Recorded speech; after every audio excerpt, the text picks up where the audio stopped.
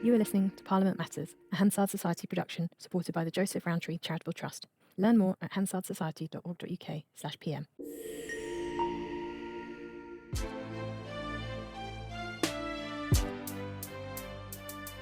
Welcome to Parliament Matters, the podcast about the institution at the heart of our democracy, Parliament itself. I'm Ruth Fox. And I'm Mark Darcy. And coming up this week, a pre-emptive strike as the Conservative leader nukes Robert Jenrick before he can defect to Reform UK.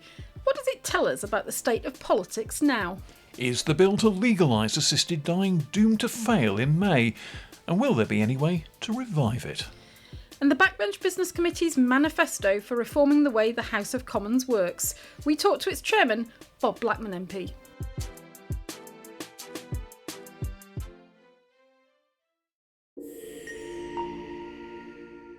But first, Ruth, every now and then Westminster generates a totally unexpected moment of pure political drama. Think Michael Gove throwing over Boris Johnson and deciding to run for Prime Minister and leadership of the Conservative Party in his own right. That was 10 years ago.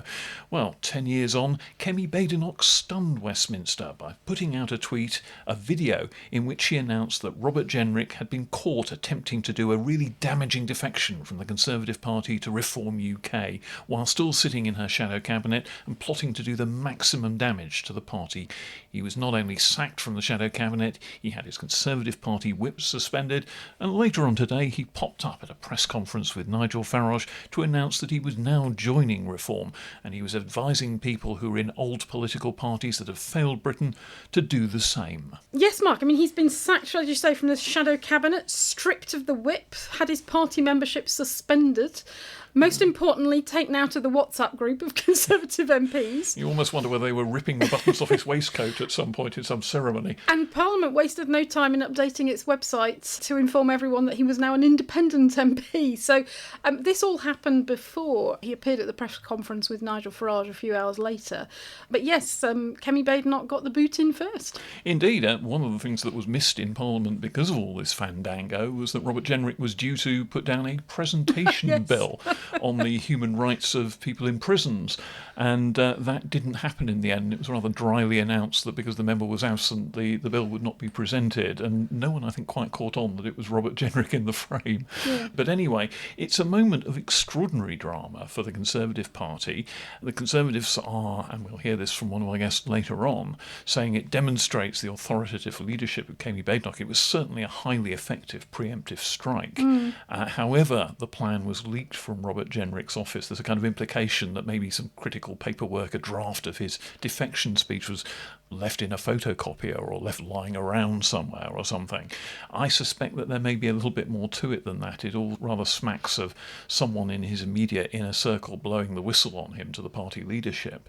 But all the same, however it happened, Kemi Badenoch didn't wait around for this to happen. She struck first and struck extremely effectively. So a lot of the impact of the defection was kind of absorbed by the fact that she got her retaliation in first. Yeah, I mean, in her video, she talked about the public being tired of political psychodrama. She was tired of it, and she was Aren't we all? drawing a line. And clearly, the sort of sense of betrayal, and that he'd clearly been plotting behind the scenes with Nigel Farage for some time. Apparently, the Conservative Party had an away day last week, and obviously he will have been part of member of the Shadow Cabinet, part of the strategy discussions, and familiar with the plans of the Conservative Party. So she struck first, smack of firm leadership. But the question, I guess, is next, will anybody follow him? Well, that would be an interesting question. I mean, was Robert Jenrick planning to leave not just as an individual, but perhaps as the head of a faction, and bring several Conservative MPs with him into the Reform benches? Because that would have made him a pretty major player in Reform, at least at its parliamentary level, and possibly even established him as kind of the heir apparent to Nigel Farage. Yeah. Well, where do you think, first of all, this leaves Kemi Badenoch? Because we said at the beginning, this is, big surprise, big drama, but in some ways not a surprise in that it had been rumoured that he might be considering defecting. The timing is obviously a surprise. The way Kemi Badenoch's approached it is very much a surprise. But where does this leave her now? Because, she's been improving.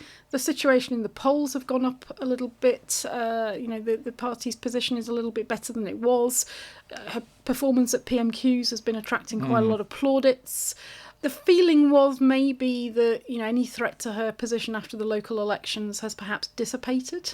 Well, Robert Jenrick was certainly the most likely challenger. If the Conservatives were to have had a terribly bad set of local and national elections in May, if they'd done very badly in London, if they'd been wiped out in Scotland, if they'd been badly damaged in Wales, etc., not to mention all the other local councils that were having elections, if those results were as bad as the polls had possibly suggested they would be, then the chances are that Kemi Badenoch might have been facing a leadership challenge. But her performances, as you say, at Prime Minister's questions have improved. She has now demonstrated, absolutely undoubtedly, an ability to put the ball in the back of a largely unguarded net. If you couldn't hit the open goals that Keir Starmer keeps leaving, you would be in trouble. She's been very efficient at hitting on the U-turns and the various embarrassments that the Starmer government has suffered in the last 6 months or so. So undoubtedly she's better there. And Robert Jenrick had seen himself as the leader in waiting, the obvious challenger. So maybe one of the motivations here, and this is purely my speculation, is that if he wasn't going to get the leadership of the Conservative Party, maybe it was time to make a lateral jump into Reform. The trouble with that is that Reform has an undoubted leader who's not going anywhere anytime soon, so he would certainly have been playing second fiddle at least, possibly third or further down the orchestral hierarchy in Reform.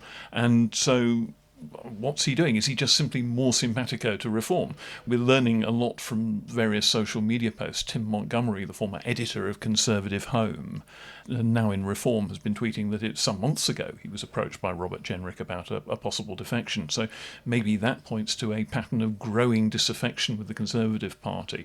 Maybe Robert Jenrick was finding that the party leadership didn't like the way he was campaigning. I thought it was interesting, a post from Julian Smith, the former chief whip, who said that the party, and he didn't know about this, the party had tried over many years to try and manage the discontent within their ranks, no matter how disloyal some of the MPs were, and that approach hadn't worked. And basically Kemi Badenoch, with this approach, has defined the terms and conditions of being part of the Conservative team going forward. So everybody's on notice. And interestingly, when we had the Nadeem Zahawi defection to Reform, of course he's no longer a Conservative MP, but very senior member of the cabinet in his time in the last Parliament, indeed very briefly Chancellor of the Exchequer. I think for about 3 femtoseconds before he changed his mind about Boris Johnson and called for him to go. Yeah, but he's defected to Reform, and the Conservative Party seemed to waste no time in putting the boot into him as well, in terms of saying, well, he was not long ago trying to get a peerage out of us, and he became very clear he wasn't going to get one. So they're kind of putting on notice that the Conservative Party, Kemi Badenoch, are not going to be quiet when these things happen.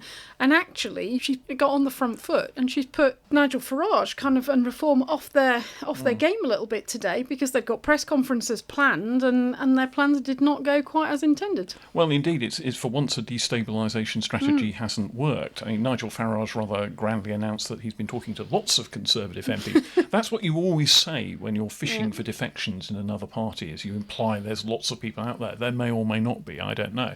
It's also lifted the lid, I think, on a bit of the venom that there is lurking beneath the surface of Conservative politics at the moment. I mean, Kemi Badenoch's statement herself, that was more in anger than in sorrow, I think you've got to say. I was caught by a tweet by Conservative ex-MP, former Minister Tim Lawton. Welcome decisive action by Kemi to a majority of long-standing loyal Conservatives sick of self-serving colleagues desperate to reboard the gravy train. Jenrick was always way out of his depth as Cabinet Minister. No amount of Ozempic and social media consultants can detract from that. I mean, ooch. So there was a certain amount of sort of venom and fury there. But there's also this picture of Nigel Farage fishing for Conservative defectors and trying to find more names to bolster his comparatively small parliamentary party. And presumably try and assign them roles to get a more sort of full spectrum parliamentary campaigning organisation into place. And Robert Jenrick is probably, after Farage himself, the second most effective performer Reform will have, because he's a very experienced figure and he's shown himself to be pretty adept at the social media game. So I suspect he'll be found a role. In the meantime, of course, Kemi Badenoch has replaced him almost instantaneously with Nick Timothy, Theresa May's former Downing Street aide, who's now become Shadow Justice Secretary, and to some extent on the strength of his performance in attacking the West Midlands Constabulary over that controversy about banning Israeli football fans. Of course, this isn't a risk-free defection for Nigel Farage himself. One of the critiques of Reform UK has been what happens if, God forbid, Nigel Farage fell under a bus and had a health issue, heart attack or something, and was not, either temporarily or permanently was unable to continue in his role as leader. That Reform UK sort of didn't have strength in depth. They hadn't got an array of MPs that could at all get anywhere near him in terms of media profile and ability to capture attention. I think in Robert Jenrick, they have got an alternative there now. Of course, we know it may be an alternative that Reform UK members are not very happy with, because, one of the concerns is that all of these defections are turning the party into sort of conservative light. But, Robert Jenrick is a better political operator, better Commons performer, better sort of communicator, particularly on digital media, than pretty much any other MP Reform has got, other than Nigel Farage. So he may actually suck up some of the oxygen away from Nigel Farage, which may be a good thing or a bad thing, depending upon where you stand. It's never a comfortable position being the Crown Prince or the heir apparent, and there's always a bit of wariness and tension there. And looking at how Robert Jenrick had been operating inside the Conservative Party, I don't think necessarily there's going to be absolute trust on behalf of Nigel Farage for a while, but he's hardly in a position to mount a leadership bid in Reform. He's only just got through the door, so I don't think that's an immediate prospect. What is interesting, though, and you touched on it, is what the Reform rank and file think of the wave of Conservative defectors they've been attracting. Do they want to look like a rest home for recovering Conservatives, or do they want to project themselves as something completely different? They're often people who've been campaigning against, perhaps quite venomously, their local Conservatives. The last thing some of them would be comfortable with was having to sort of adapt themselves to an incoming Conservative MP who they were trying to unseat but a few months ago. Yeah. Well, of course, we weren't planning to talk about this at all today, Mark. This was not on our list of agenda items when we started the day.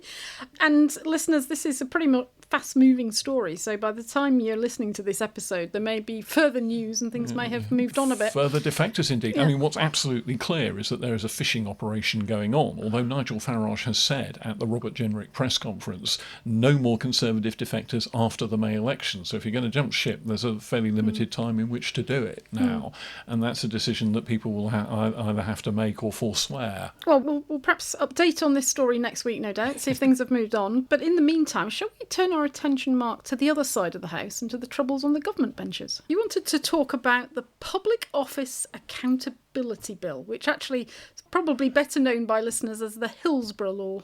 Yes, this is a measure which follows on from the Hillsborough inquiry and a variety of other public scandals of one sort or another, which is going to require public officials to have a duty of candour in giving evidence to inquiries and investigations into what actually happened. In other words, they can't obfuscate, they can't concoct lies, they can't be even economical with the truth. They just have to front up and say what really happened. And that is a bill that carries an enormous political charge behind it, because even, it must be 40-odd years on from the Hillsborough disaster. April 1989, it was. Getting on for 40 years, that there is still a huge amount of emotional intensity behind that cause. The fact that for years the victims of Hillsborough were blamed, the fact that people lied, the fact that evidence was to some extent doctored, was all eventually revealed by a public inquiry, but only after a decades-long campaign. I should just explain, perhaps, Mark, for our international listeners, and indeed for our younger listeners who won't remember Hillsborough, that Hillsborough is the football ground of Sheffield Wednesday in South Yorkshire, but actually it was hosting, as a neutral venue, it was hosting the FA Cup, I think it was the semi-final, between Liverpool and Nottingham Forest. And basically what happened, there was overcrowding in the Leppings Lane end of the stadium as a result of basically too many fans being let into the ground. And this, of course, was in the days before we had all-seater stadia. It was standing room. And 97 Liverpool supporters died, but they essentially had to wait until 2016 for fresh inquests, as you noted, to conclude that they'd been killed unlawfully as a result, in effect, of the failings of the police. And in the interim, of course, there were all these allegations made about the behaviour of Liverpool fans by the police, by, of course, the Sun newspaper. I mean, you can't buy the Sun. Famously, yeah. Yeah, you can't buy the Sun in Merseyside as a result. And there have been a long-running efforts to prosecute the police commander and other fellow police officers for basically lying to successive inquiries. To cover up what amounted to very bad crowd control. Yeah, and failings of their sort of approach to policing the match. And of course, since then, we've had not dissimilar questions asked in the Northwest, the Manchester Arena bombing. The Hillsborough campaigners have been pushing for this duty of candour law, the Hillsborough Law, but it's been backed by particularly the Manchester bombing arena families, this Ariana Grande concert a few years ago. And that's where you get into the particular problem that's come with this bill now, which is that the government has become very concerned about its implications for the security service. If you were going to require the spooks to have a duty of candour when they might feel that they need to keep certain things under wraps, then you've got potentially a national security problem. And so the government has been attempting to, as it were, root evidence from people working for the secret services through their head of service. So they could only give evidence to inquiry with the consent of the head of MI5, the head of MI6, whoever it might be. And that is something that has really got the campaigners for a Hillsborough Law very upset and very worried, because they see it as a very serious watering down. And particularly linked to the Manchester Arena public inquiry, because it found that MI5, the security service, as the domestic service, had not given an accurate picture of the key intelligence that it had on the suicide bomber in that case, who carried out the attack on the arena. And of course then 22 people died in that disaster. But you can see the kind of concerns that the security service might have about giving evidence that might reveal its intelligence gathering techniques, and there are all sorts of difficulties here. But at the same time, if the people who are charged with protecting us are not able to be candid, then what's the point of having public inquiries, because the whole process is thereby undermined? You can see how difficult this argument really is and what a knot has to be untied. And what's happening is that the bill is coming up for its report stage, its detailed consideration on the floor of the House of Commons next Monday, and there are amendments from both sides of this argument piling in to try and change the law in one direction or another. Yeah, and apparently the government was meeting with the campaigners yesterday, trying to find a way forward and agree a consensus approach. But it sounds like, according to the media reports, that those talks have broken down and the campaigners are not happy. Yeah. So, I mean, we've got amendments from, some of the key amendments from Ian Byrne, who's the MP for Birkenhead, and as a Merseyside MP, is of course extremely interested in the whole issue from the Hillsborough. Well, he was actually at Hillsborough. Yeah, and his father was injured, I think, in the crush, quite seriously. So he's had a long running campaign involvement in this issue. Yeah, and he's responsible for a number of amendments. I mean, report stage is one of the bits of parliamentary proceeding that can be quite difficult to follow, because there's a lot of intricacy in the way it works. But at the same time, it's a chance for any MP or group of MPs to try and influence the content of a particular law. And there are lots of people piling in on this issue. Ian Byrne's key amendments are amendments 21 through 24, and they're all about the issues around how they would notify an inquiry or an investigation about relevant information. There's a package of amendments from him and a group of people broadly on the left of Parliament. Amendments are signed by a number of Lib Dems, by Jeremy Corbyn and Zara Sultana, a reasonably rare combination at the moment. People like Clive Lewis and Stella Creasy on the Labour backbenches, Green MPs. And I suppose the question then becomes, do these amendments get called? Are they selected for debate? And that falls to Nusrat Ghani, I think, as chairman of Ways and Means. So she's going to have some challenging decisions to make. But obviously if they were to get called and then they were to go through, then they were passed by the House, then the government's got a challenge, because if the security services are opposed to them, think that they're not workable, it's got a problem. Yeah, absolutely. Although, of course, it is worth noting that this is a bill that is nowhere near all the way through its parliamentary process. After report stage, it has to go through third reading in the House of Commons, which is normally a sort of rubber stamping formality, but then it has to go into the House of Lords, and the House of Lords provides an opportunity to either build on the Ian Byrne amendments if they happen to get passed, or alternatively, if they happen to get passed, repeal them. Yeah. And the politics of this are interesting, aren't they? Because we talk about Ian Byrne and, the Liverpool MP is very invested in this. The Manchester MP is very invested in it. Of course, one of the big players and one of the big people behind this legislation and getting it into the Labour manifesto is certain Andy Burnham, Mayor of Manchester. Yes, the King of the North. and Andy Burnham has quite a lot of skin in the game here, because way back in 2009, when he was Sports Minister, he actually spoke at a 20-year commemoration of the Hillsborough disaster at a football stadium in Merseyside, and he found himself being heckled by people shouting "Justice for the 96", and he was so influenced by that event that he went off and pressed the government to launch the inquiry that eventually got to the truth of the whole thing. And so that's an issue that Andy Burnham has strong ties to. And the political potency of this is both the importance of the law to people like the Hillsborough campaigners for getting at the truth, but also the potential leadership implications within the Labour Party, because this could come to be a quite symbolic clash between Andy Burnham and the Keir Starmer government. Yeah, and of course Keir Starmer, having been former Director of Public Prosecutions, he committed to this Hillsborough Law a long time ago. He met the campaigners of the family members who'd died, and he was sort of personally invested in it himself. It was in the Labour Party manifesto, and of course at the Labour Party conference last year, he was introduced at that conference by Margaret Aspinall, who is sort of the public face of the Hillsborough campaign, and she personally thanked him from the podium at his set-piece speech for bringing forward this proposal against some opposition within government from the public authorities who are worried about the implications of it.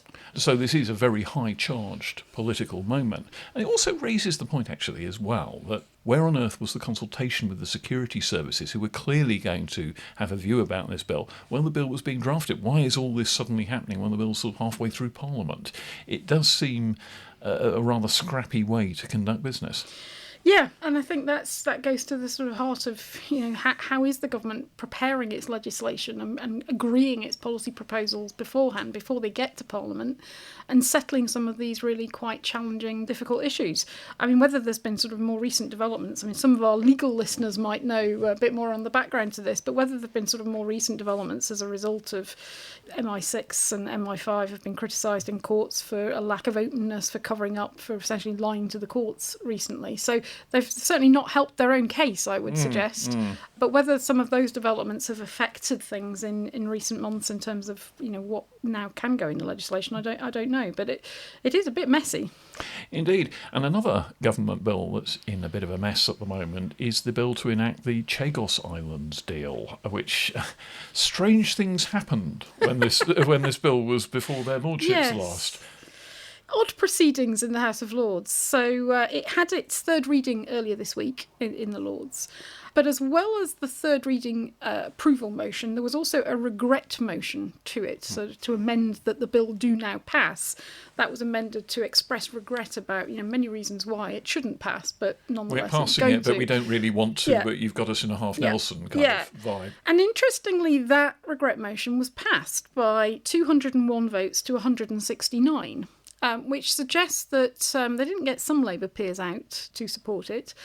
But there was kind of an amusing moment where the main motion, as amended by the regret motion, was put to the House in the normal way.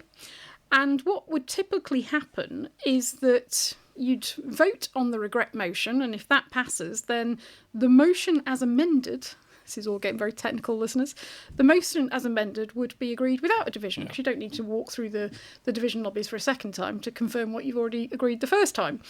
However, initially shouts of not content, so no, outweighed those of content. So they were taking this on the voices.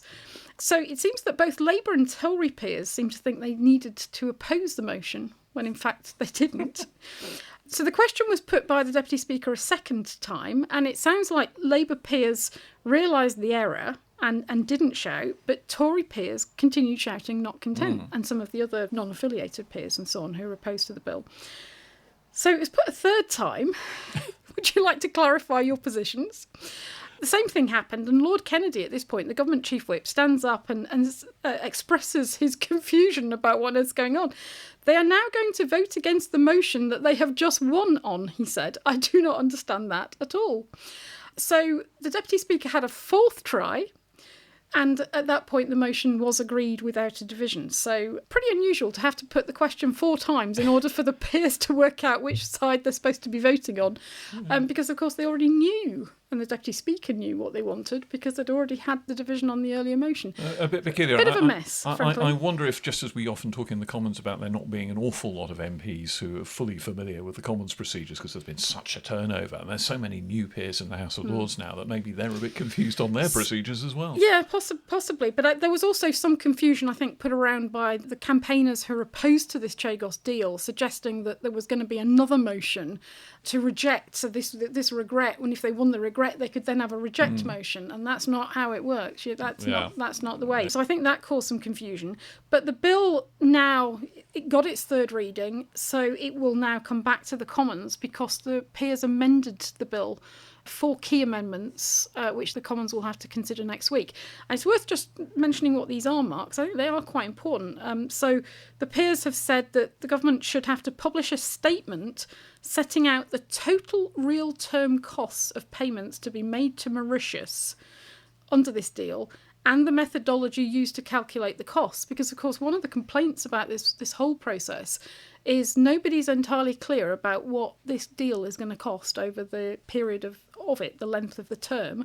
And the government has been, shall we say, quite slippery about what the numbers are. And this is interesting about what view the MPs will take on this, because the peers are suggesting to the House of Commons that MPs should be required to approve the estimated expenditure in relation to the treaty, that the House of Commons should also have to approve regular 5-year reviews, supplementary approval of any increase in costs, and a Commons vote to cease payments if Mauritius is judged to have breached the treaty. Now, if the government says, no, we don't want that, and tables an amendment to reject that, MPs are being invited to vote against a proposal from the House of Lords that they, the elected House, should have more votes, more influence over this process going forward. Well, it's torturous. It's a very effective piece of politics by opponents of the Chagos Treaty, Yeah. And it will maximise pain and embarrassment for the government. And while the government is in the business of U-turns and scraping the barnacles from its hull, as they keep putting it, removing bits of embarrassment that are just upsetting the public, I don't know. I wonder if this might be one of the things that they might decide in the cold light of day. It's probably easier just to ditch this whole deal. Now, there'd be vast international embarrassment in ditching the whole deal. I'm not sure the government of Mauritius would be desperately impressed, amongst others. I don't know if Richard Hermer, the Attorney General, Lord Hermer, would be that impressed by it either, since he seems to have been one of the major drivers behind this process. But it's just another fairly excruciating embarrassment for the government, and the Lords know how to put the pain on. And if the government does throw out the amendments made in the Lords, the bill then has to go back to the Lords to see whether they're content with their amendments. They can put them back in, or at least a version of them back in, which might have to be slightly different to avoid the constitutional trap of double insistence, where you ask the... Not quite there yet, but yes, you're heading in that direction. Parliamentary arcana. And I suppose it's entirely possible that their lordships might be so against this bill that they keep on ping-ponging it back to the Commons for a very long time to come. Normally, peers players give up their resistance after 2 or 3 attempts to persuade the Commons to change its mind on something, even when they care quite a lot about it.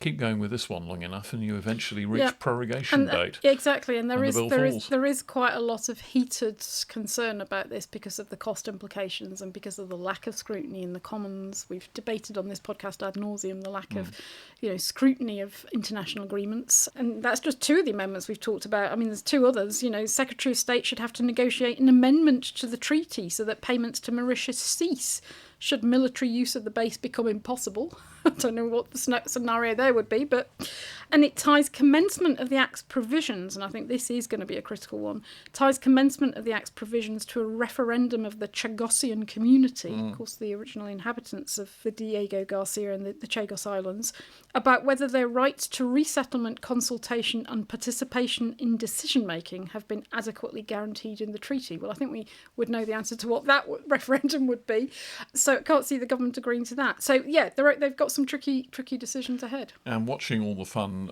is a certain Permatan gentleman in Washington who might yet decide to take a dislike to this treaty process. So there are other players too who might get on the phone to Sir Keir Starmer and try and persuade him to change his mind and abandon this bill. I don't think the game's over yet. That would add to quite a long list of changing of minds. Well, Mark, after all that, I think we should take a short break. But before we do, I just wanted to say a huge thank you to all our listeners, particularly those of you who've joined us over the Christmas and New Year period. We've had some really wonderful feedback on our recent episodes. We're really grateful to everyone who listens, subscribes, rates, likes, shares the podcast. It's all helping us reach new audiences and grow the show. And over the Christmas period, Mark, we were number 2 in Apple's government category for podcasts. Head of a lot of BBC shows. Now, consider that we're a shoestring operation compared to all the other pods in that top 10. I was very pleased with that. But we can't be complacent. There's still plenty of listeners out there who are not yet listening to us. So if you're just an occasional listener, do hit subscribe now and make it official so you don't miss future episodes. You can find Parliament Matters for free on all the usual podcast platforms, Apple, Spotify and others. We're on YouTube, for example. And if you're a super fan or you're concerned about the state of our democracy and want to support what we do, because like us you think Parliament matters, then you can help by joining the Society or perhaps by making a donation at hansardsociety.org.uk. That's hansardsociety.org.uk. We've got some really interesting members-only events coming up, so if you enjoy the podcast, you'll love those events. So hit subscribe, hansardsociety.org.uk to join or donate. See you in a minute. And we're back. And one of the new features of the House of Commons in 2010 was the creation of the Backbench Business Committee. It was supposed to allocate a block of debating time for causes espoused by backbenchers, not chosen by the government or chosen by the opposition or chosen by any of the other parties. It was an innovation proposed by the Wright Committee, the reform of the Commons Committee chaired by the former Labour MP Tony Wright. It's now 15 years since that committee set up shop, and it's made quite a difference to the working of the Commons. But just before Christmas, the committee published a report setting out ways in which its work could be improved, new areas where it might have an influence, ways in which the procedures of the Commons could be tweaked so that backbenchers got even more of a voice. Well, the committee's chaired by the Conservative MP Bob Blackman, who in his spare time is chair of the 1922 committee, the Conservative MPs' trade union. And we spoke to him about, first of all, the committee's report and its proposals and the difference that it had made over the years since its founding. Well, obviously this was set up during the Wright reforms, as you know, prior to 2010, when I was actually elected to Parliament. The idea was to ensure that backbenchers got the chance to actually put debates in the chamber and in Westminster Hall on subjects they wanted, rather than, as was the previous position, that the government control the order paper. The government has no veto over what we choose to discuss.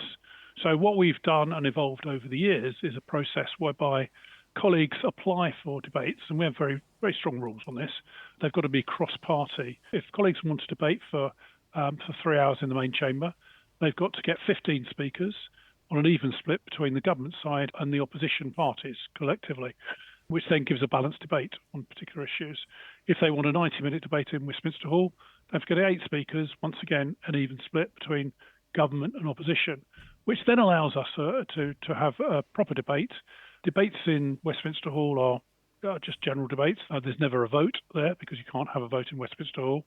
But they are important debates nevertheless, and they're used very effectively by colleagues. In the chamber, the debates can have a divisible motion, or they can be a general debate where there's no decision at the end. And colleagues use these for different reasons. One is a divisible motion. I can't remember the last time there was a vote on a backbench business motion. Probably goes back for more than probably 10 years. But equally, the general debates are quite important as well, because they allow backbenchers to challenge the government, and the government have to respond to the debates.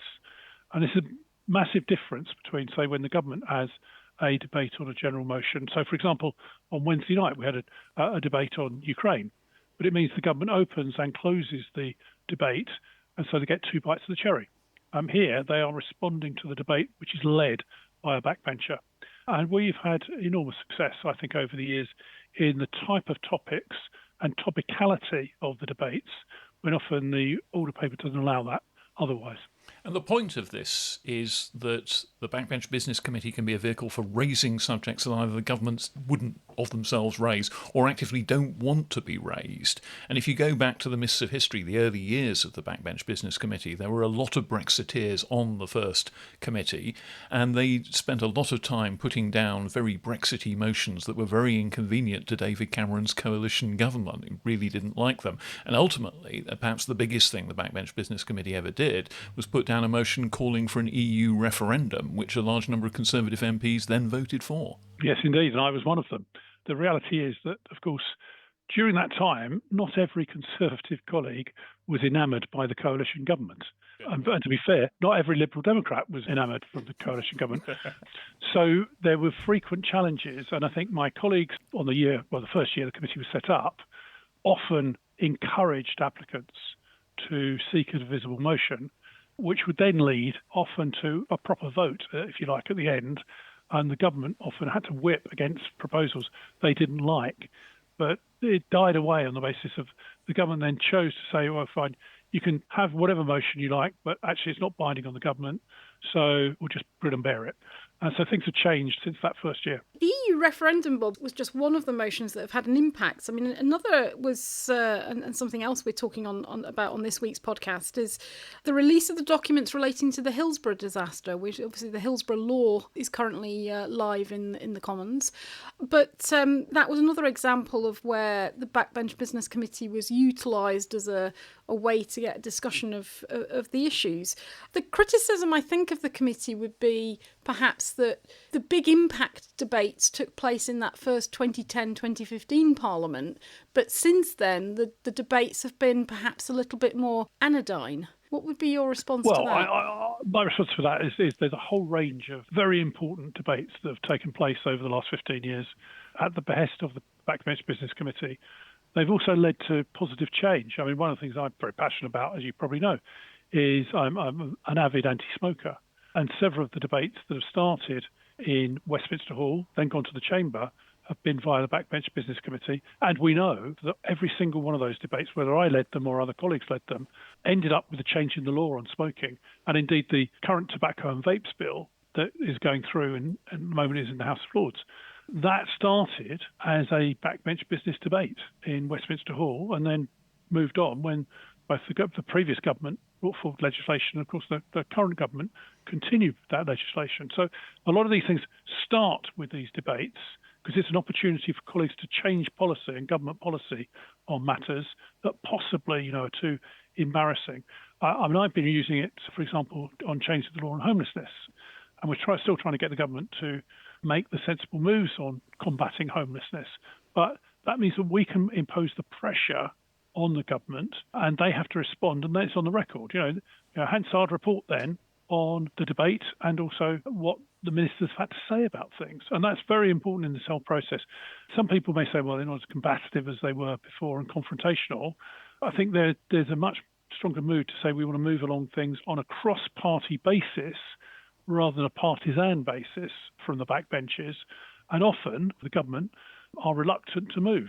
Both front benches can be reluctant to move on things, whereas backbenchers are far more willing to take on the challenge and try and move the government on. One of the things in the report that your committee's produced to mark its 15th anniversary is that there's been a decline in the number of substantive motions which actually more than this House has considered a given subject and ask the government to do something or call on ministers to do something or whatever.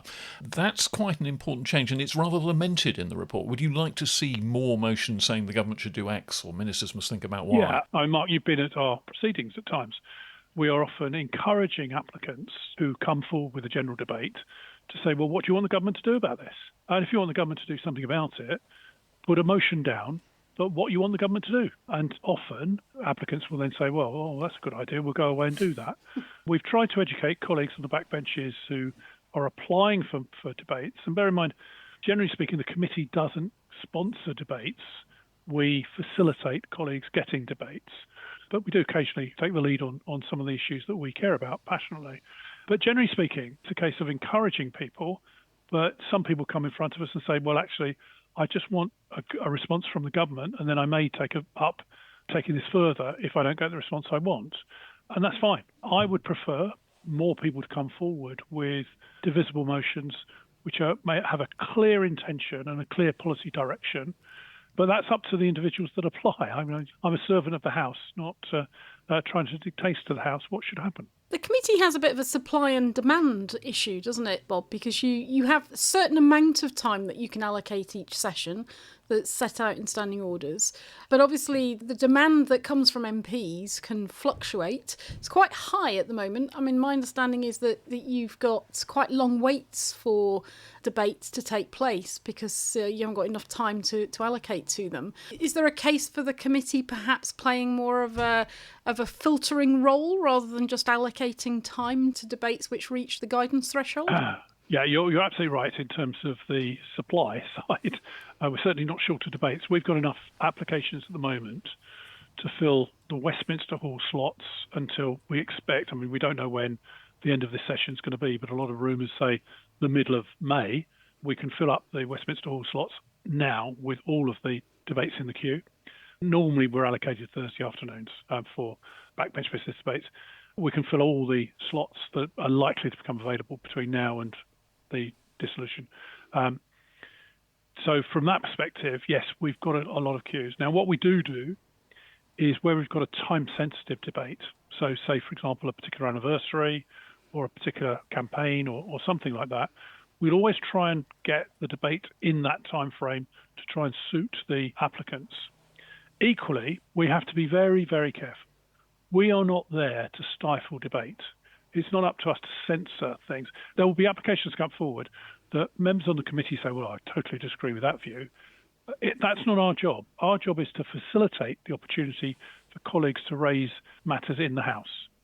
And in particular, one of the issues is which we always have to bear in mind is that minority parties in this place don't always get much of a say.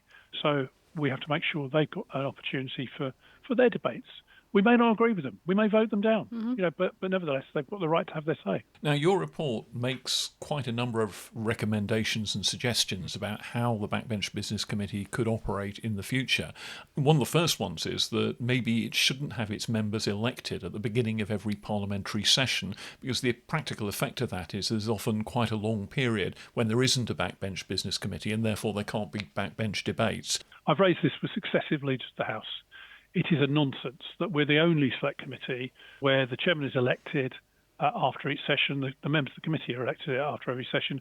And technically, just taking what you've been raising, is that at the end of the parliamentary session, all the applications that were still in the queue cease to be. We wipe the slate clean and start again. Equally, after the state opening of Parliament and the King's speech, there's often a period of time when the government don't have legislation ready for second readings and to take forward. And that's the time when they end up having to hold general debates, which should be, in my view, determined by the Backbench Business Committee rather than the government. Now, if there's no committee and there's always a delay in reformatting the committee, if there's a delay, then I think that's unfair on backbenchers. I've been very keen on promoting this. I think it's the right thing to do. I think the leader is sympathetic, and we have to try and persuade him to the right way of thinking.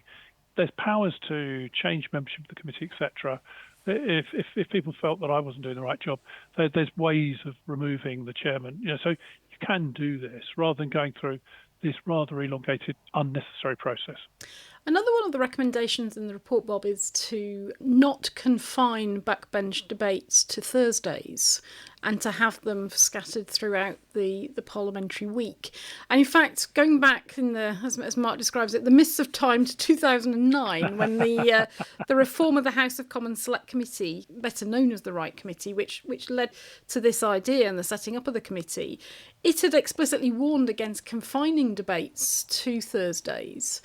In your report, you've recommended against that. You say that the government should provide more time on other days of the week, Mondays, Tuesdays and Wednesdays and so on. What's the thinking behind that, and what kind of response, if any, have you had? There's a combination of things. First is, of course, to cite an immediate example, the government gave us the first Monday back after we came back from the Christmas recess. And then we had 2 statements and 3 urgent questions. And so the debate actually got pushed off the order paper completely. Yeah. So what I've said to the leader, and I've made recommendations on this in the past, is that if we're going to be given time on other days, then we should get protected time. In other words, we should have a position whereby if the Backbench Business Committee is given half a day, say 3 hours, then we should be given a 3-hour debate and not squeezed on to the end so that we might get an hour or something for the debate before the House rises. That would have to be done on the proviso, I think, that we would act responsibly and not put things on that were so controversial that everyone would want to come along and vote, because that would mean that MPs would be kept behind unnecessarily. But I do think that we should have debates on different days. And I've also said to the Leader of the House 2 things about this.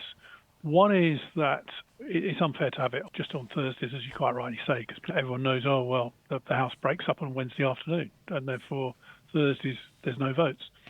But if we have this on other days, when the government business is light, and we had another experience of this, on the first week back, where on the second day of business, the House rose about 3 o'clock in the afternoon, when we could have had the debate we'd had on the Monday, on the Tuesday afternoon. But no one thought creatively about how this could be done.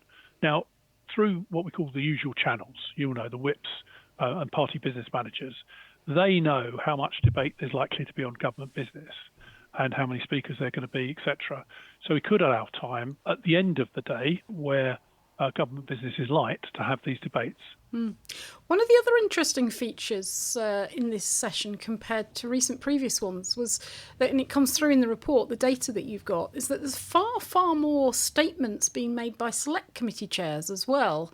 They had 7 statements in the last full session, and in this one so far, and I know it's longer than a sort of usual 12-month session, but even allowing for that change, there's been 39 to date at the point at which you published your report at the end of December. So anecdotally, that was my feeling, that just looking at the order paper daily, that there has been a significant increase. What accounts for that, do you think? Well, I think the new select committees obviously are starting to generate reports and use the opportunity to actually report to the House and have a short debate. I mean, the way that it works is basically the select committee chairman will speak for up to 10 minutes and up to 10 minutes for questions, which have to come obviously direct to them, not speeches.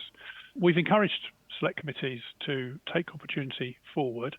We've also suggested, which in the report, at the moment the rules are that they have to have that statement within 5 days of publication of their committee report, which has had an effect of limiting certain committees from being able to use the time. So we suggested that be doubled to 10 days. So it would give us more flexibility, because obviously if we have a select committee statement, that takes time out of the debating time on the motions or debates that have been allocated. So we will never have more than 2 select committee statements on a particular day, because they do take up 20 minutes each, which bites into the time that's available. One of the most eye-catching recommendations in the report is that the Backbench Business Committee should take a role in selecting private members' bills to go forward. At the moment, it's literally a lottery. Depends on who gets a chance to bring forward a bill and what bill they then choose to bring forward. And you are suggesting that maybe a decision ought to be made by the Backbench Business Committee on the basis of what's got the most interest, the biggest head of steam behind it. Yeah, before 2019, I was the Deputy Chairman of the Procedure Committee, and we did a lot of work on this originally there. I've been successful, as you probably know, Mark, in the private members' bill ballot on 2 occasions. It is a lottery, and unless you've got a very good idea of what you're going to put forward, you get drawn, and then you decide how you're going to use that opportunity. For me, private members' bills are vitally important and an opportunity for backbenchers to bring forward a change in the law, which can be very significant.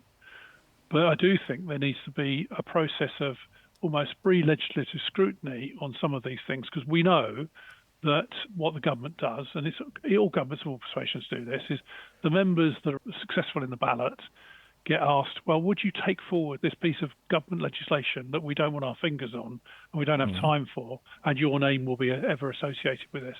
I mean, that is not the way I think the private members it got ridiculous in the last session of the previous government, where practically all the bills were basically government bills, and the whole process had been more or less taken over. Yeah, and I think that's grossly unfair on those members that want to take these things on properly.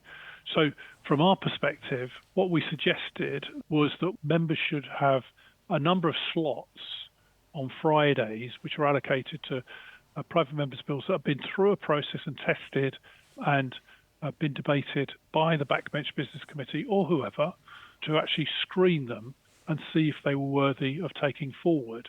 There's all sorts of ways of getting bills through this process, and I got a presentation bill through in the last Parliament for London Zoo. It's an important change, and it was agreed cross-party. There was no partisanship there. But the reality is that unless you're in the know in these ways, then you're not going to actually make these sort of changes. So this is a way of saying, look, those members that may never be successful in the ballot could argue for their bill, which might be a really important piece of work for a charity or a set of charities to come through and be prioritised.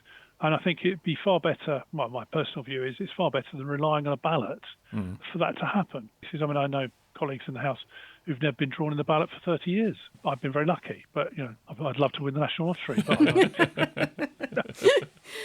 and never have done, Anyway. The point is that it's developing legislation that is sound and sensible, rather than just being given a bill and say, you take this through and we'll bless you for it.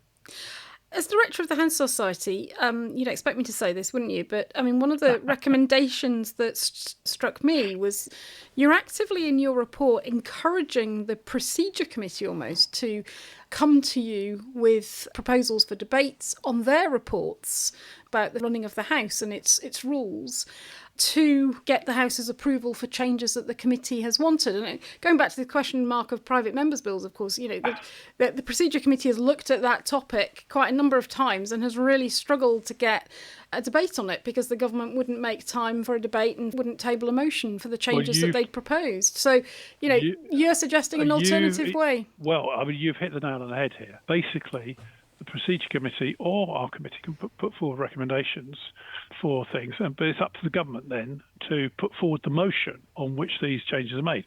There is an opportunity. We can, if the Procedure Committee decided on particular things they wanted to see changed in standing orders or whatever, we can do that in backbench business time. If the government are reluctant to table things that the Procedure Committee want to see changed, it should be for the House to decide. Yeah. Not for the government to veto. But the Procedure Committee's never come forward to do that, has it? Well, it's never. Maybe the Procedure Committee has not realised that it's got this opportunity. So in our report, as you quite rightly say, we've said, look, there is this opportunity. The Procedure Committee, if they're being frustrated by government, bear in mind that the chairman of the Procedure Committee is almost inevitably a member of the governing party, but is always looking at saying, well, how can the House improve? But if the government say, we're a bit reluctant about that, because it comes back to one of the only reform, the right reforms have not been implemented, is a Business of the House committee, where the government has jealously guarded its opportunity to put stuff on the order paper and control the order paper. I just think that where it comes to business of the House, it should be a matter for the Procedure Committee to make recommendations, for us to say, OK, we'll give up a bit of backbench business time in order to debate that so the House can make a decision. Is there any indication from the government, has there been any nod or wink that they like some of these ideas or are prepared to even accept them, even if they have to grit their teeth a bit? I'm due to see the Leader of the House shortly in terms of our regular meetings. I have to say the former leader of the House, who is now the deputy leader of the Labour Party, and I got on very well. I get on very well with the Lucy So Bell. that's the leader Lucy of the Powell. That's Lucy, Lucy Powell Powell, for our sorry. listeners' Yeah. benefit. Yeah. Sorry, yeah. And Sarah is equally amenable. He's saying, look, well, if there's ways we can do this, then we should facilitate these things. I think it's about steady reform rather than revolution. Well, Bob Blackman, thanks very much indeed for joining us on the pod. But before you go, with your other hat on as chairman of the 1922 committee, the Conservative MPs shop steward, so to speak, I've got to ask you about the developing Robert Jenrick affair. One of your MPs has had the whip withdrawn, has been accused of plotting to join the Reform Party.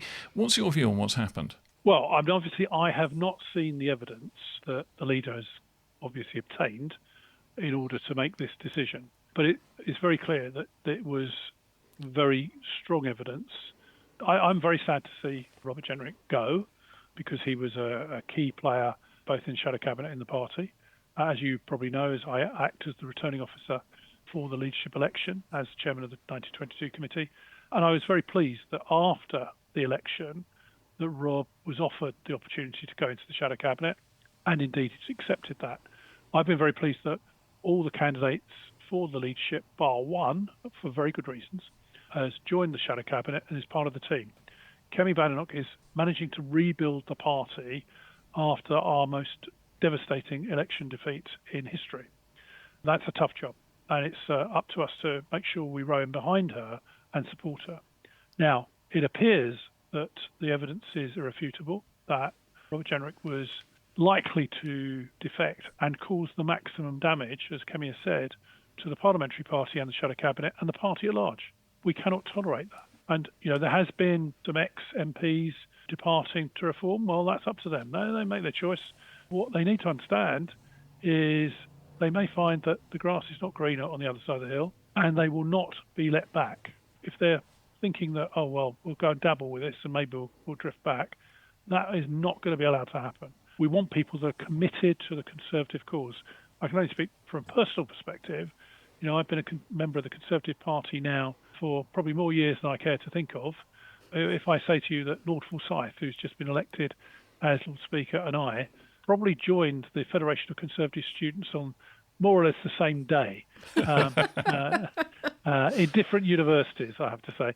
I regard myself as a loyal Conservative, and the thing that I hate above all else is treachery. And I'm afraid that treachery cannot be allowed to continue. And the message has to go out to colleagues. Look, the parliamentary party and the Conservative Party is more united now than it probably ever has been. We are all wanting to get rid of this rotten Labour government and get the Conservative Party back into power. What we don't need is people plotting to undermine that. I think as we were talking there, one of my colleagues was waving at me a photograph that's just appeared online of Nigel Farage and Robert Jenrick shaking hands at a Reform Party press conference. So I think the deal is now done. Well, maybe, but in that case, he's been called out before he decided to commit an act of treachery. And well done, Kemi, if that's the case, because she's managed to spot it in advance. And I think the other thing that is important here is she's acted decisively. She's shown strong leadership. And what a contrast that is with the current Prime Minister. And it demonstrates that in Kemi we have someone who's got true integrity and is fit and proper to become the next Prime Minister. Well, Bob Blackman, thanks very much again for joining us on the pod today. Thanks, Bob. And we're back. And Ruth, there's been a lot going on with the assisted dying bill, which has been grinding at an incredibly slow, glacial pace through its committee stage in the House of Lords. And things are beginning to look a little bit desperate, despite the fact that before Christmas, 10 extra debating days were found for this bill. At this pace, they could debate on until 2028 and they still wouldn't be through the committee stage amendments. So something is going to have to be done. And Lord Faulkner has been asking for extra time. There's been a motion passed saying there should be extra time, that the whips have taken under advisement. There's now talk that they might sit for a few extra hours on their sitting Fridays, go up to 6:30 in the evening. And frankly, all of that doesn't look as if it's going to make that much difference to me. No, I mean, we've had, 5 sitting Fridays for committee stage so far? few before Christmas, one last week. We've got another one this week. And then, as you say, more to follow. I mean, just to set this in context for listeners, on those 5 sitting Fridays, this mammoth number of over 1,000 amendments have been sorted, organised into 84 groups for debate and decision. And of that 84 groups, across the 5 sitting Fridays, they've only debated 12. And on the last day, I think there was a hope that, the number would go up. They'd been debating 1, 2, 3, 4 each day. And it really didn't. And it didn't. They got through 2 groups. Now, in those groups, there were quite a lot of amendments that they got through. So you can't just look at the group numbers. You also have to look at the number of amendments. But still, you've got through 12 of 84 groups. You are not going to get through the rest, even though some of the later groups will be much more technical issues rather than matters of principle that they're debating now in the early parts of the bill. Technical issues like commencement and territorial extent and things like that, quite a lot of that will be done quite quickly. But even allowing for that to happen towards the end of the committee stage, there's no way they're getting through this in the time that's been allowed. And of course, that's why, Lord Faulkner recognises this. That's why he put a motion to the House last week for more time. But they've had debates and discussions with the usual channels, the business managers, the government whips, and they've come up with a proposal, initially at least, that they're going to debate, as you say, an extra few hours on Fridays. So rather than finishing at 3, they'll finish at 5:30, 6 o'clock. But that's not going to be enough. Well, Ruth, I'm afraid I'm going to have to use the F word. Ooh. This is a filibuster. If it walks like a duck, quacks like a duck, and tastes good in orange sauce, it's a duck. If they're going this slowly over this piece of legislation, I'm afraid it's a filibuster. There is no other way to describe what's going on here. It may be in order, it may be within the rules of the House, but what's happening here is that a relatively small number of peers are putting down lots and lots of amendments and debating them very, very slowly. And if they continue doing that, this bill will be lost. Now, they're so against this bill that I don't think there is any change that could be made to it that would make it acceptable to them. And to that extent, I think that the amendments that are being put down are there as a delaying tactic, not as an attempt to improve the bill. They don't think this bill can be improved. They're utterly against the principle it embodies. They want to stop it for that reason. They are perfectly entitled to have that view, and they're operating within the rules of the House. The problem that faces those who support the bill is that they have to persuade peers to somehow curtail debate. And one of the few strengths that individual peers have that they can bring to an issue they care passionately about is to be able to debate them at length. So a lot of peers, even if they agree with the assisted dying bill, might be very reluctant to change the rules. Yes, and I think even in the debate last week on Lord Faulkner's motion for extra time, even peers who have real doubts about this bill, notably Baroness Elizabeth Butler-Sloss, former High Court judge, very respected in the House, she was making the point that peers, she didn't use these words, these are mine, but droning on at length, duplicating speeches made earlier that they don't need to, you don't need to say the same thing twice, and urging peers to debate the issues more quickly, to speed up, to not duplicate, and so on. So she clearly thought that some of what was happening was not appropriate, even if you're opposed to the bill. I think a second hint is what's going to happen this Friday, Friday the 16th of January, the next committee stage. So before the committee stage of the assisted dying bill resumes, there is a second reading debate on a private member's bill called the Rare Cancers Bill. Now, 20 peers have indicated they want to speak in that second reading debate. And if you look down the list, lo and behold, there are quite a number of names on there who are significant opponents of the assisted dying bill, and amongst that group of peers, Mark, that you mentioned, small group of peers who are laying all the amendments to it, particularly Baroness Tanny-Gray-Thompson, Baroness Finlay of Llandaff, and Baroness Trees-Coffey. Now, they may have legitimate interest in this bill. Baroness Finlay of Llandaff, for example, is a professor of palliative care, so you can see that there will be some interest in that bill.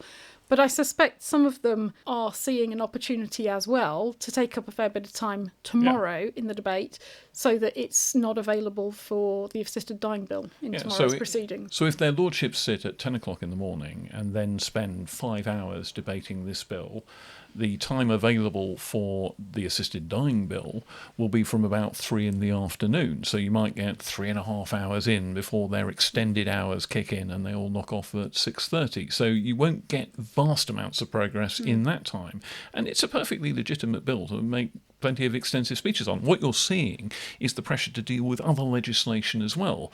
The assisted dying legislation is not the only bill in front of the House of Lords. There are plenty of others that need to be dealt with. Yeah. And so the pressures that will start to kick in if business managers try to allocate any extra time that might become available to the assisted dying bill, you'll see there are plenty of competing concerns out there who want a bit of that precious time as well. Yeah, but I just wanted to push back a little bit on your argument about if there's a filibuster. So you may well be right, but two things I would counter with is that, one, the opponents of the bill, I think, are getting increasingly frustrated that they're not getting answers to the questions. I think quite legitimate questions, including on constitutional matters and financial matters.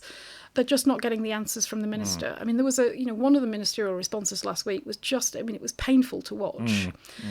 And the government's taking the view we're neutral, we're not answering on these questions. But at some point, members need an answer to some of these questions about how it's going to work, and the public needs an answer. I don't dispute that at all. For a start, the government needs to be able to answer questions on how the bill would operate, because they're the ones who are going to have to operate it. Yep. And secondly, there's a lot of discontent about the way that certain authorities are being quoted by supporters of the bill as seeming to support what they say, and those authorities are then issuing press releases saying, no, we didn't quite say that, and no, we don't actually mean what they said we meant. Yep. So there's a lot of dispute about the evidence that's being sort of adduced in favour of the bill here as well. So there's a lot going on. And I think maybe part of the reason that there is, I'm going to say it again, a filibuster going on here is that the opponents of the bill are very, very angry at the way that the supporters of the bill have acted. Yeah. And that, I'm afraid, is show business. But what I'm boiling down to here is that unless there is a complete change in attitude here and suddenly everybody miraculously becomes cooperative and whizzes this bill through in its remaining debating days,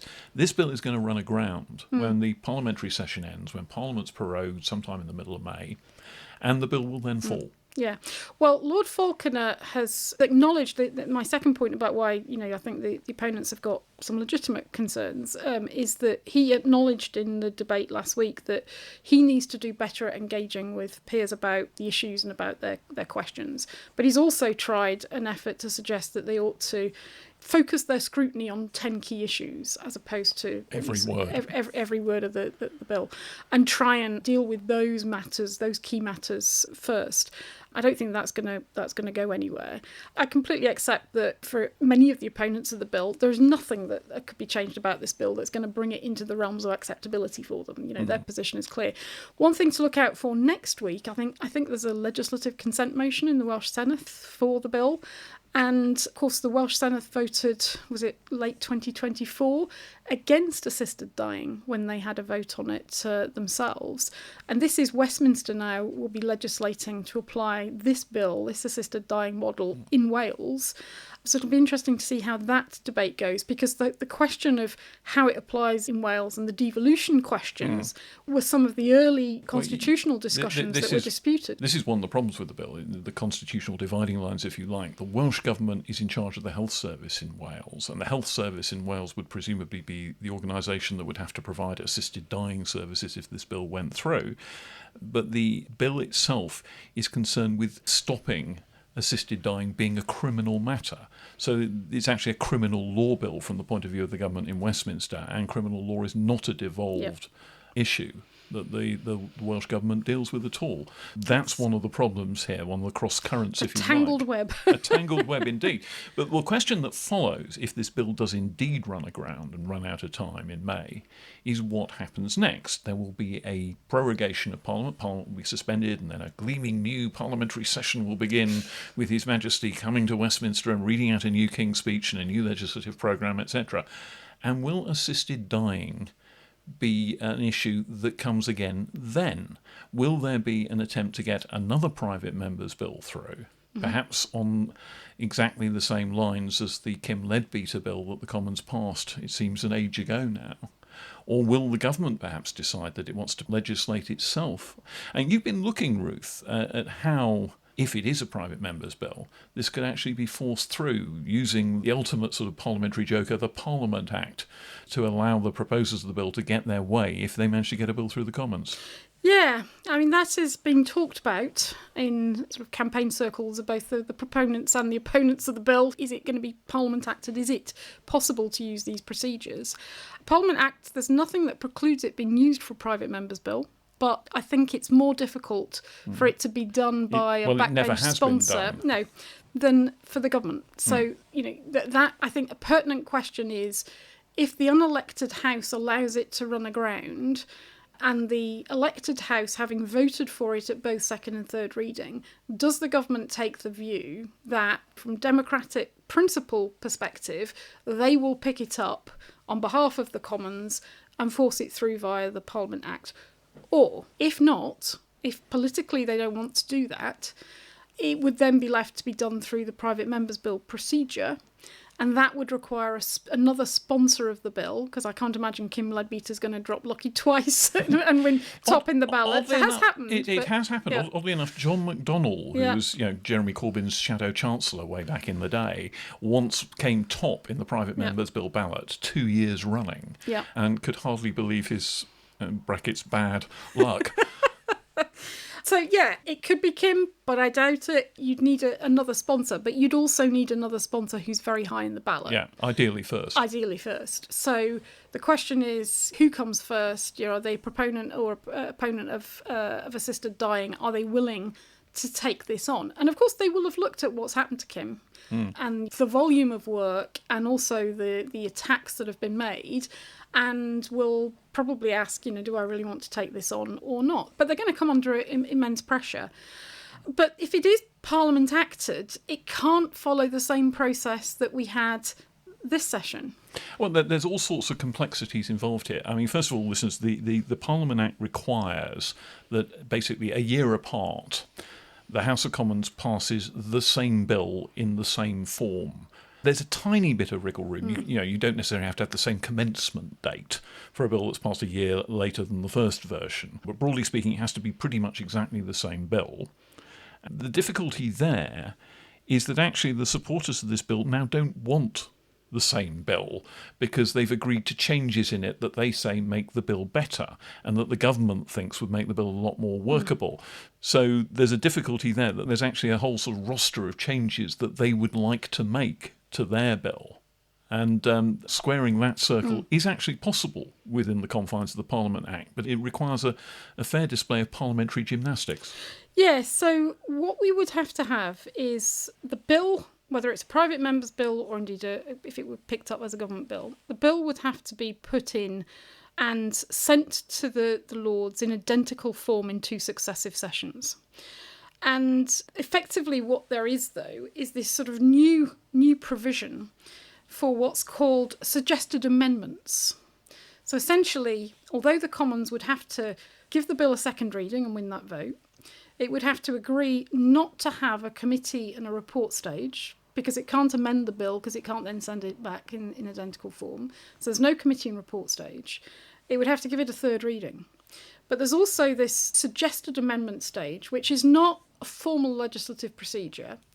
It's not about amending the bill. It's about passing motions to set out what kinds of amendments the Commons would be happy to accept, so that it's kind of giving the Lords a steer as to what kind of changes it would be willing to accept to avoid invoking the Parliament Act and persuade the Lords to make those changes, agree those changes, and then the bill can go through.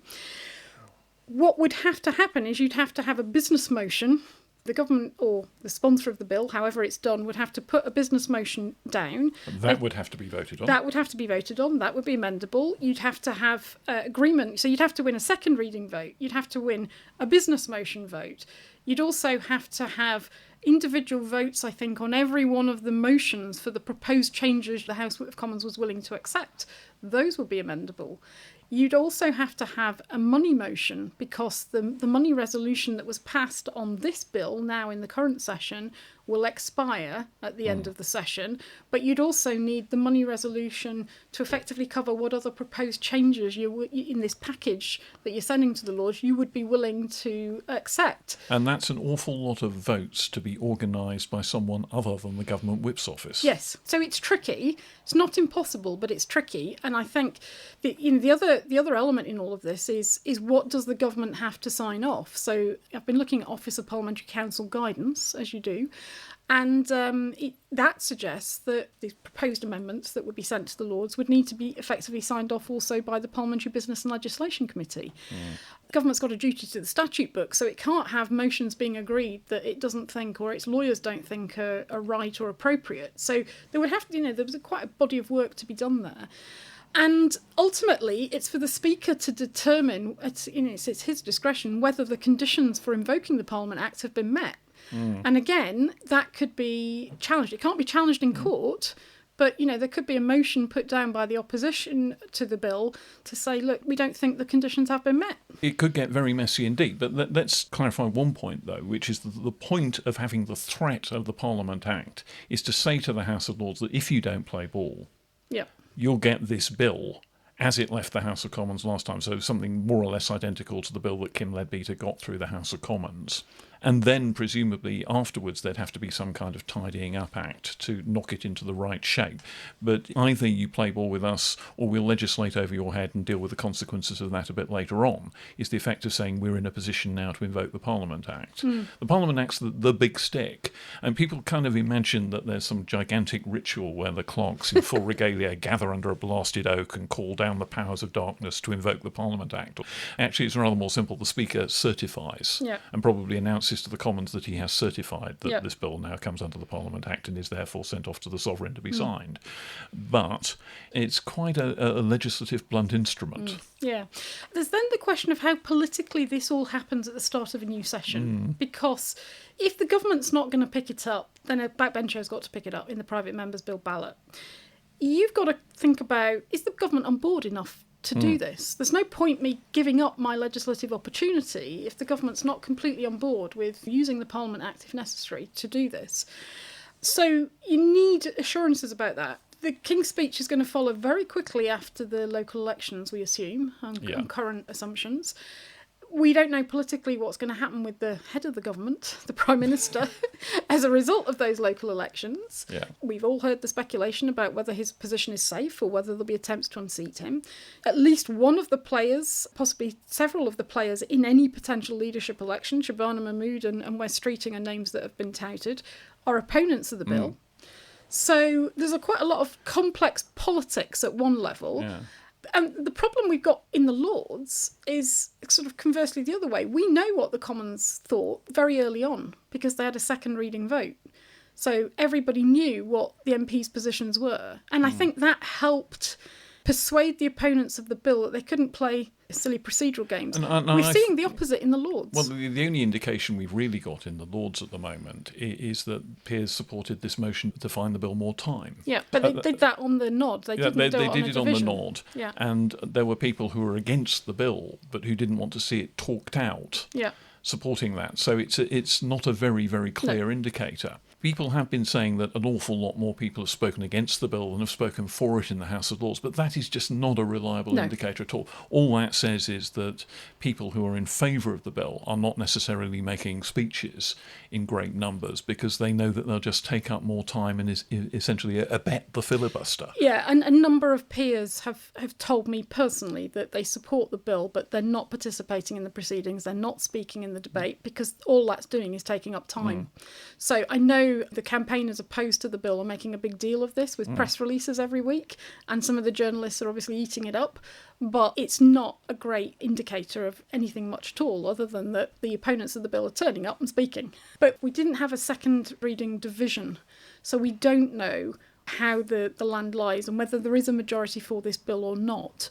And that's one of the problems, I think, because it means that it's easier for the opponents of the bill to keep pushing. If it was known at second reading that there was a majority in the House for it, I think some of this, you call it filibustering. I'm perhaps not quite there yet to call it that. But some of the procedural things that are going on might not be happening quite the same way. Yeah. Meanwhile, though, there is a manoeuvre that could be completed in the House of Commons that could smooth the way for the bill a little bit. Maybe it'll be Kemi Badenoch, maybe it'll be somebody else. Perhaps go to the Backbench Business Committee and secure a motion to be debated in backbench time saying that this House believes that the Parliament Act should be invoked on this bill, and try and essentially smooth the way, open the door for the procedure that you've been talking about to be invoked. And then all you're waiting for is the private member's bill ballot, and to see whether there is, in the first 7 or so MPs on that ballot, someone who's going to have sufficient priority to get this bill through. Yeah, well, I know my colleague Matthew England here at Society has been thinking about that. You know, how do you deal with the politics, the political problems at the start of the new session, and whether or not somebody in the private member's bill ballot is willing to go forward with it, or whether the government should pick it up, or if the government doesn't pick it up, how involved they might be or should be in facilitating things to ensure that the bill can proceed. And that is one idea. You need a kind of a statement at the start of the new session to make clear that the will of the House of Commons has not changed. They still want the bill. If indeed it hasn't changed. If indeed it hasn't changed. And that's the question, isn't it? Because we know that the third reading majority was smaller than the second reading. Not entirely unexpected, but it was smaller. Has there been more slippage?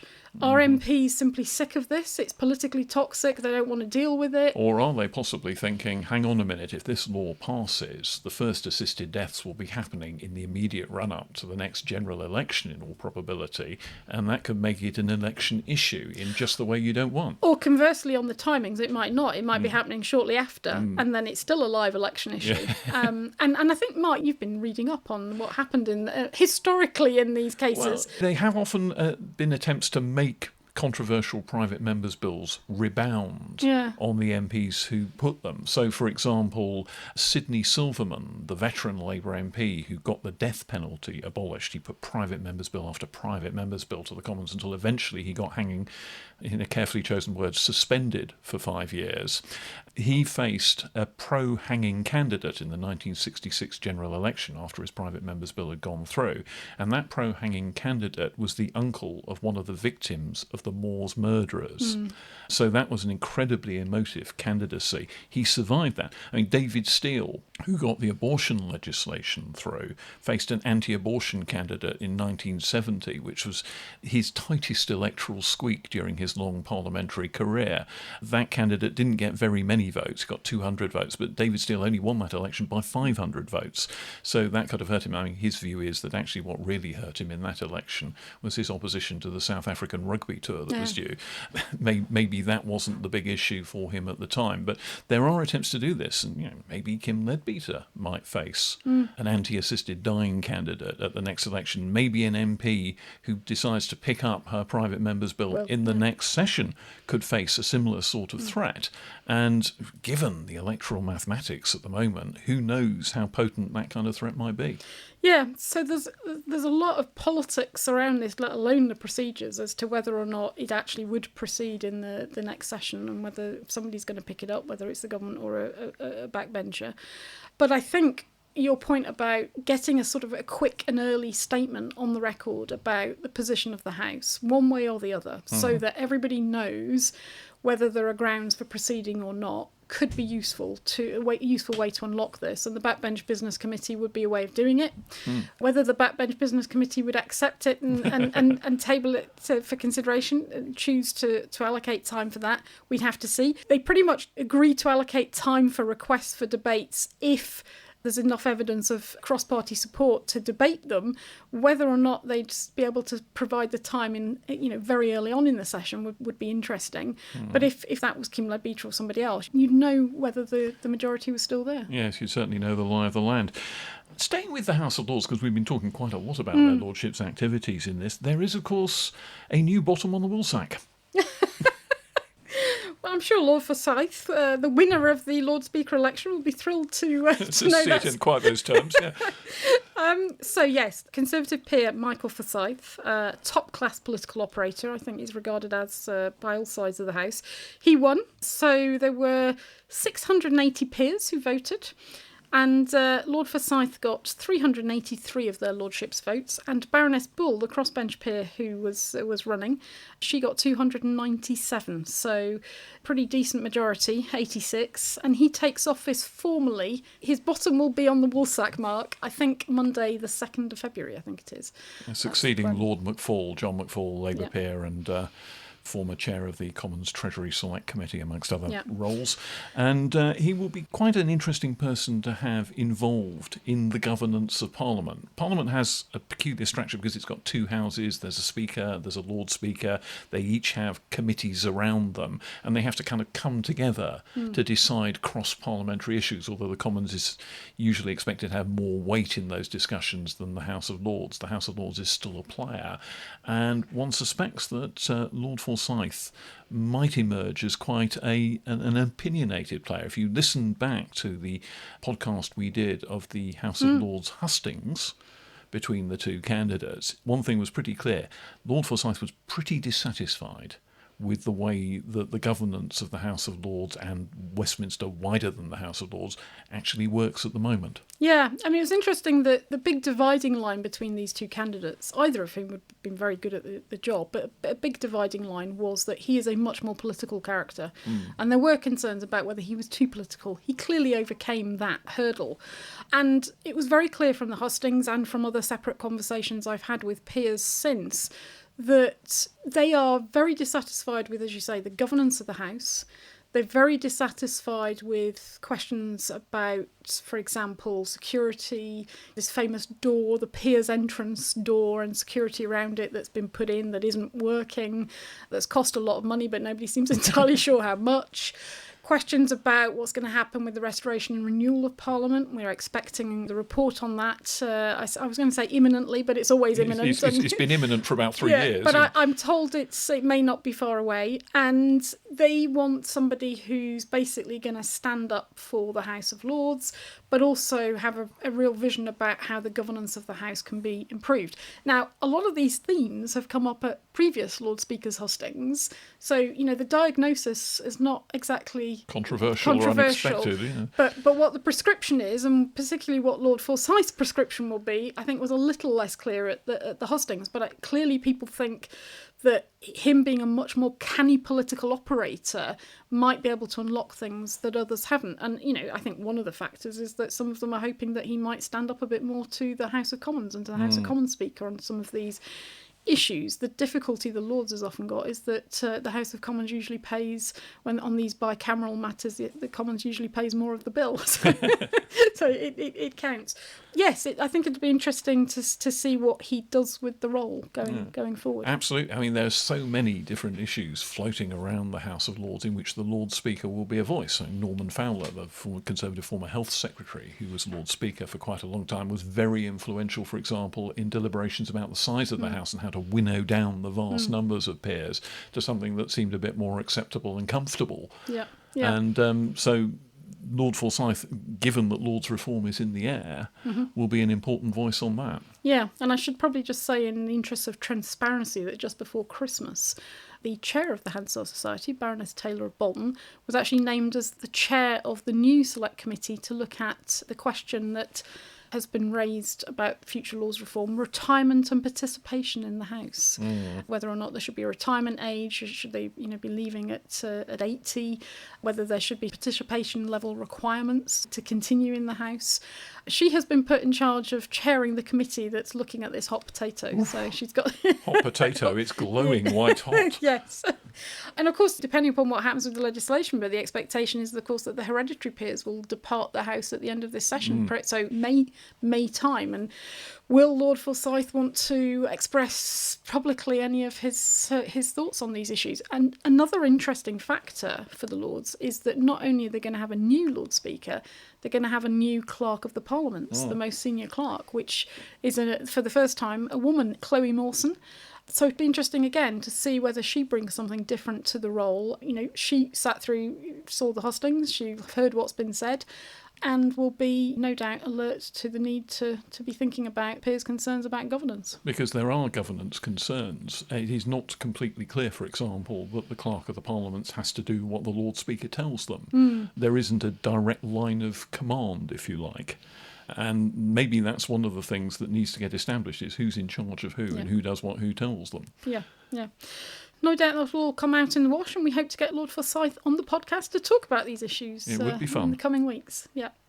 In the meantime, that, I think, is all that we've got time for today. So join us again next week. See you soon. Bye. Parliament Matters is produced by the Hansard Society and supported by the Joseph Rowntree Charitable Trust. For more information, visit hansardsociety.org.uk/pm or find us on social media at Hansard Society.